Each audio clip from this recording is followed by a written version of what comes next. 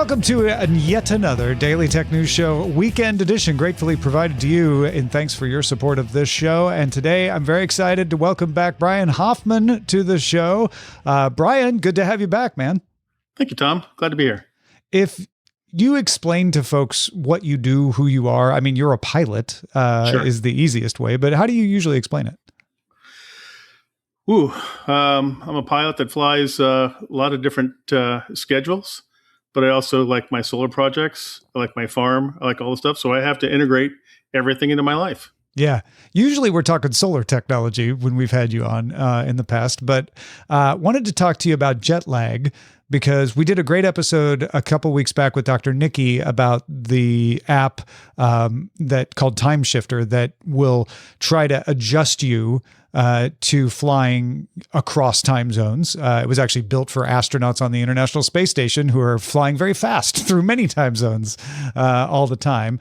And I thought it would be really interesting to compare that to what you have to do when you're flying across time zones on a regular basis. Maybe not as fast as the astronauts, but you know, what are the patterns and ways of dealing with this that you have had to develop? And first of all, explain to us how your relationship with jet lag differs from the typical vacationer like me who, you know, once a year has to take a big trip across time zones.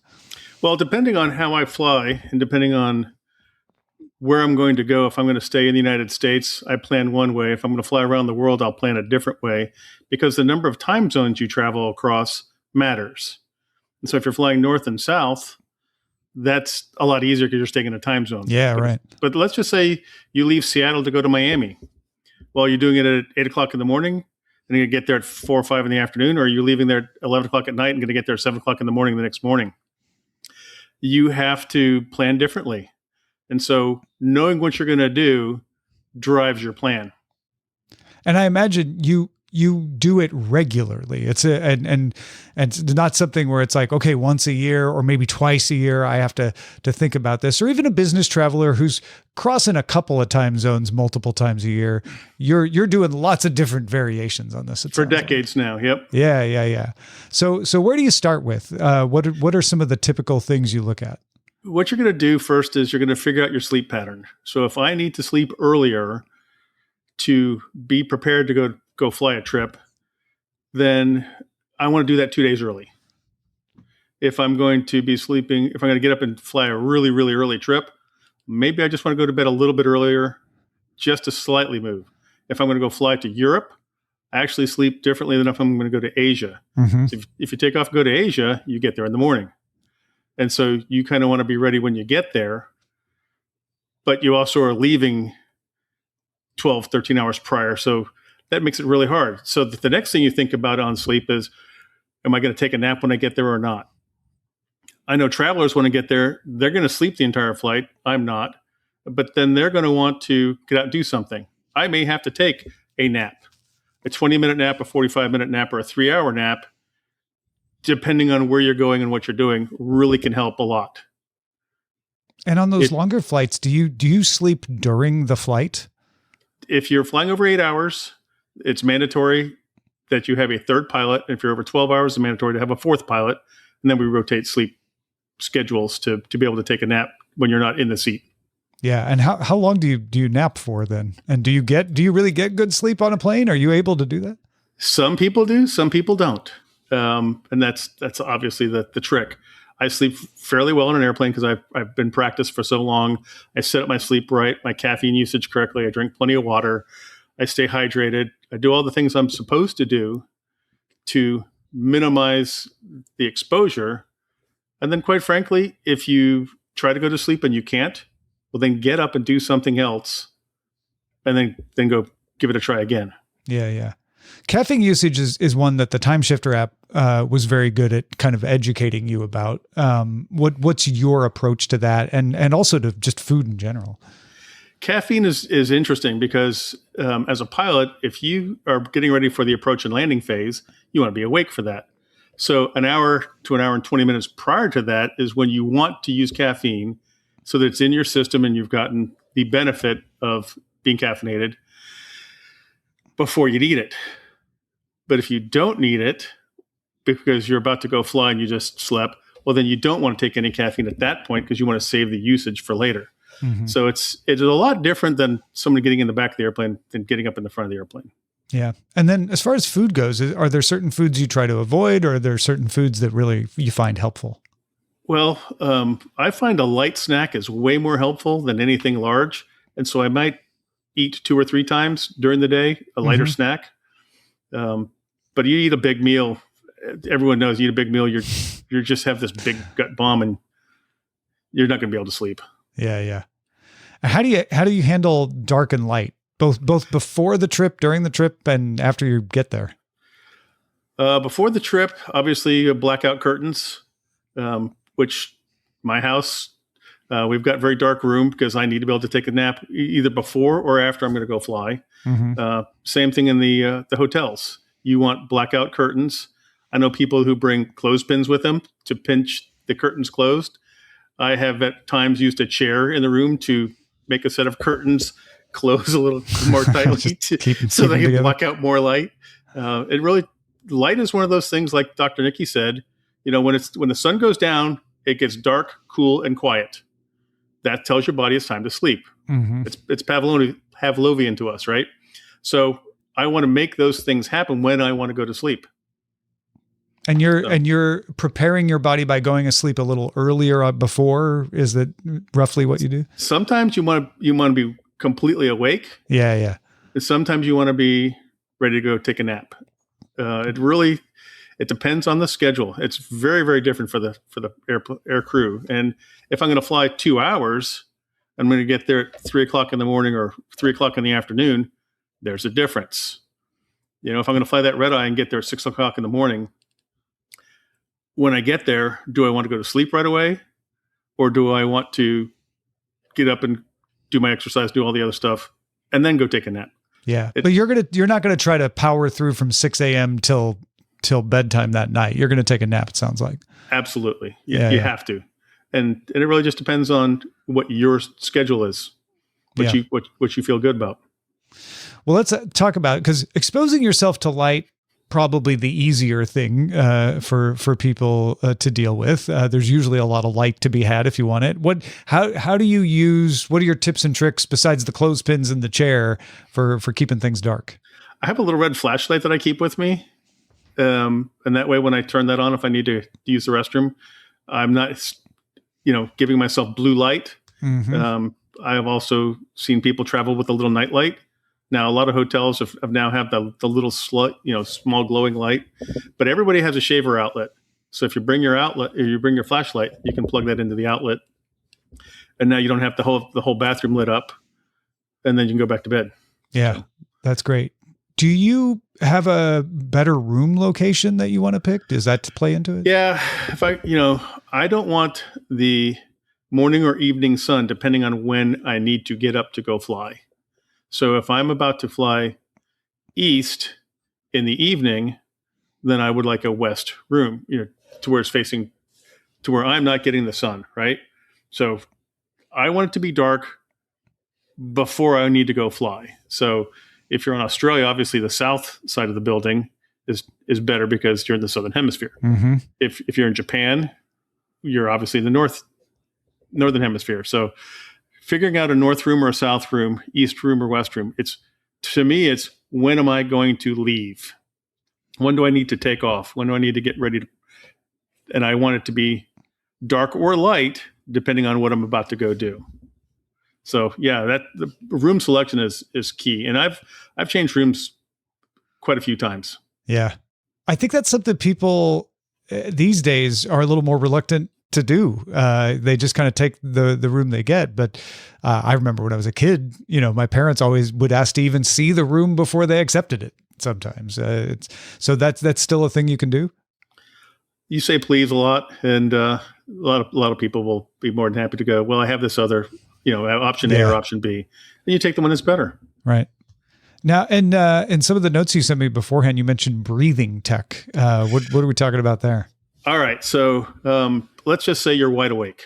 Uh-huh. Well, yoga people know that if you breathe correctly, you take in a long, deep breath and exhale very slowly, what happens is you start becoming more calm. So if you show up someplace, you go, I just can't sleep. And you go, but I have to sleep for whatever your reasons are. I start breathing very slowly because you have a voluntary system and an involuntary system. When you stand up, you don't tell your muscles to move to stand up. They just do what they're supposed to do. Your heart beats because it has to beat.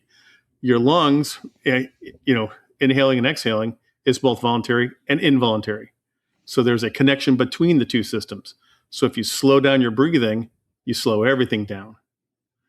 And then you can also tighten muscles and relax them, like your leg muscles or your abdomen muscles. Yoga people know this really, really well. It's where I got it from as yoga instructor. And you calm yourself down very, very quickly. And then at that point, you're either tired enough that you can go to sleep, or if you can't, then you get up and go do something else and come back later and try again. Yeah, you mentioned that before. What kind of things do you do when you're like, well, I should be sleeping right now? I'm trying to actually stay in the dark because of that. So what can you do that won't actually wake you up more, but kind of expend some of that nervous energy? I go for a walk. Yeah.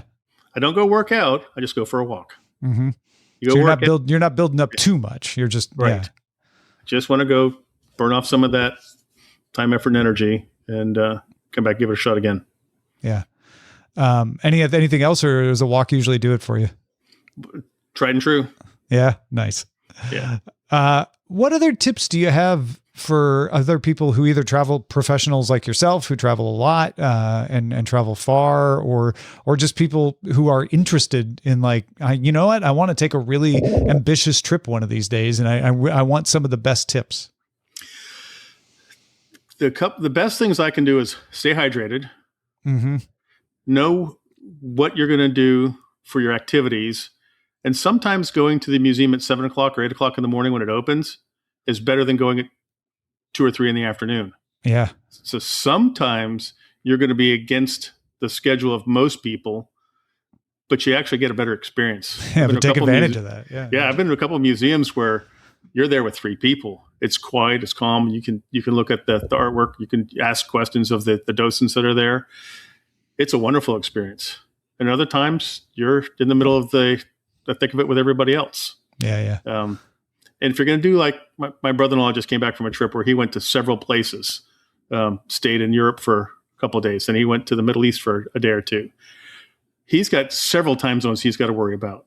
And so just like us who, fly around the world, you kind of have to plan that middle ground of where am I going to be most of the time, or when do I want to expend most of my time awake where I'm about to go be. Yeah. Yeah. That's an art. A lot of people can't do it, and a lot of people I fly with have a hard time with it as well. Oh yeah. So it's one of those things. Sometimes caffeine is just that crutch you're going to land on, or that power nap. But it's if you do just a little bit of planning and think outside the box, you probably have a much better experience. Is there anything you tried that didn't work that you would say, go not where I went? I tried this one and it didn't help. Wow. Because there's so many places out there that are like, we've got the thing that will cure your jet lag, or, you're on social media and somebody's got 3 trips that will make you never have jet lag. And a lot of them I know are not good advice. I have done this for decades, and I will tell you, there are some people that are miserable their entire career because they just can't get to sleep right. I can sleep pretty much anytime or anywhere. So yeah, you're just I'm lucky always enough. I can stay ahead of any of the fatigue issues most of the time. The one thing I will say is, when you get someplace, don't eat a big meal. Just don't eat. I mean, just something small. And I always carry like protein bars, or I have Nutter Butters with me because I like those. Those are great. Yeah. And I have a couple of the little, granola bars and whatnot. Eat a granola bar instead. Yeah. It's plenty of food. And then if you're gonna rest immediately, great. If you're gonna go work out or go do something, you got enough there. Yeah. The one thing we haven't mentioned in this conversation yet is melatonin. Is that something you even bother with, or what do you think of that? No. I understand what melatonin is. Pilots are not allowed to use melatonin and then fly for a certain amount of time. There's a restriction. Mm-hmm. And so pilots all understand that. But I try not to do anything medical like that at all, because we're also tested all the time. So you've got to make darn sure that if it's not approved by the FAA medical to go use it, then don't. Yeah. And if anybody is like, wait, what's melatonin again? It's a hormone. And in some countries it's controlled. In the United States, it's not. You can buy it at the grocery store, but it will mimic the body's natural release of melatonin when you're getting sleepy. And so the idea is you take it and it makes you sleepy. So it makes perfect sense to me that pilots would not be allowed to take it when they need to be awake and flying the plane, right? Right. That's true of a lot of medications that are over the counter. We have to know which ones we're not allowed to take, or we're not allowed to fly until you get past a certain half-life requirement. Yeah.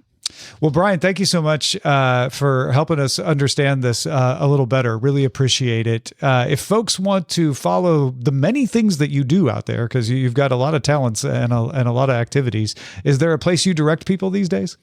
I don't necessarily. I will say, if you want to plug Allison Sheridan's Pod Feet stuff, I have done some astrophotography work, and I've been on that a couple of times. That was a lot of fun to do, and I've got another one that's in the can. So go check those out. Look for Brian's name at podfeet.com. Allison is off on a trip right now, but you can dig back into the archive. She's got pre-recorded stuff. It's not like she's missing episodes either. So that is a great recommendation. Brian, thank you again, man. I appreciate it. Absolutely. Glad to help. And thank you, everybody, for supporting us at patreon.com/DTNS. We will be back with brand new newsy episodes on Monday. So have a great weekend until then.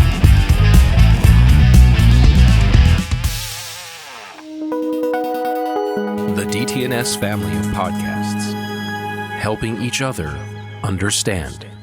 Diamond Club hopes you have enjoyed this program.